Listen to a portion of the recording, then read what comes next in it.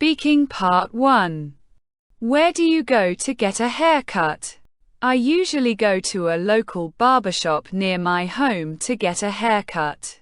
I have been going there for several years because the barber is experienced and understands exactly how I like my hair to be cut. The shop is clean, affordable, and conveniently located, so I don't need to travel far. I normally get a haircut once every 3 or 4 weeks to keep my appearance neat and tidy.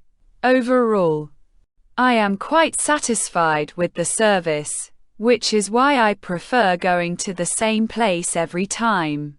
Have you changed your hairstyle recently? Yes, I have changed my hairstyle recently. A few weeks ago, I decided to try a shorter haircut because it is easier to manage and looks more professional. Before that, I used to keep my hair slightly longer, but I felt that a shorter style suited me better. My friends and family gave me positive feedback, which made me feel more confident about the change. Although it was a small change, I think it improved my overall appearance. Would you ever change the color of your hair? Probably not. I prefer my natural hair color because it suits my appearance and I feel comfortable with it. However, I wouldn't completely rule it out.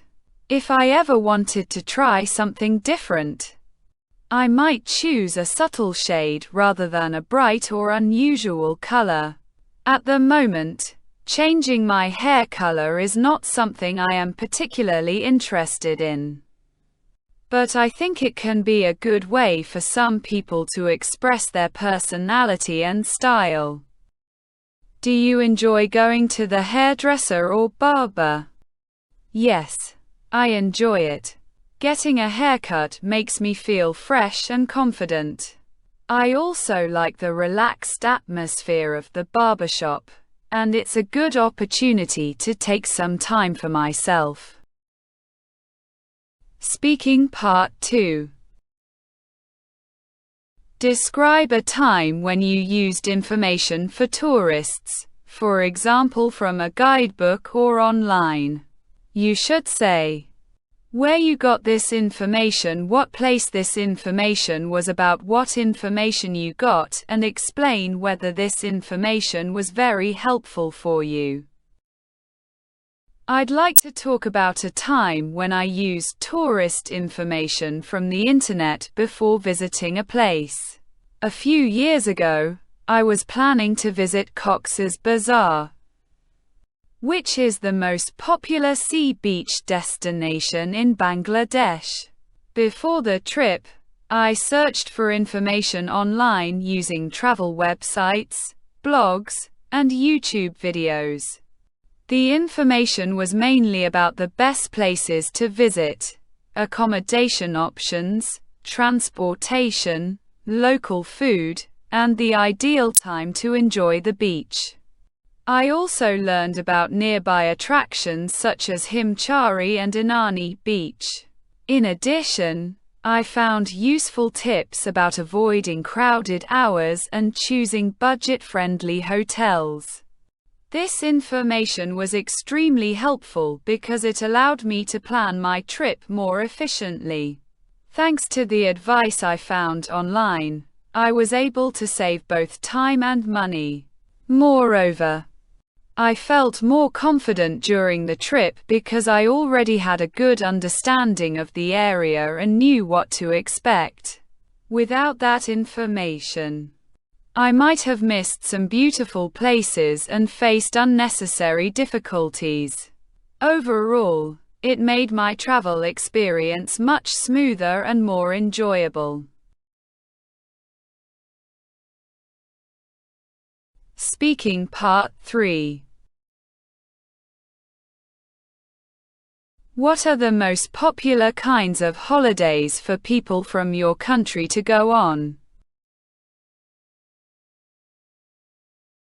In Bangladesh, Beach holidays and family vacations are probably the most popular. Many people like to visit places such as Cox's Bazar, St. Martin's Island, and the hill districts like Bandarban and Rangamati. During public holidays and festivals, families often travel together to relax and spend quality time with each other. In recent years, international trips have also become more popular, especially among young people and middle-class families who want to explore different cultures and experiences.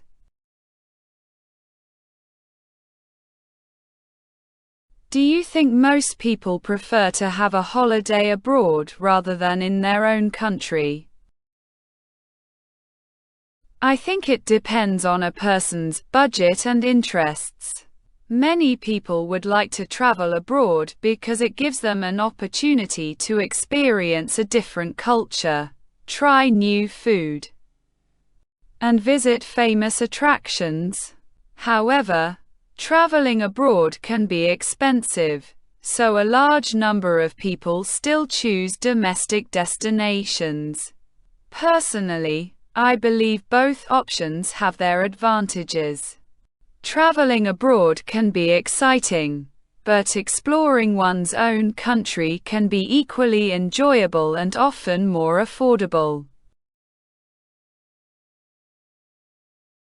Why do some people want to do absolutely nothing when they go away on holiday?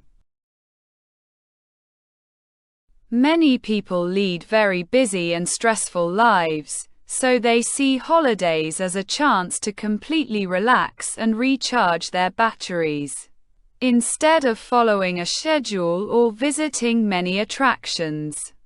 They simply want to rest, sleep longer, read books, or spend time by the beach. Doing nothing can help reduce stress and improve mental well-being. After taking a proper break, people often return to their work or studies feeling refreshed and more productive.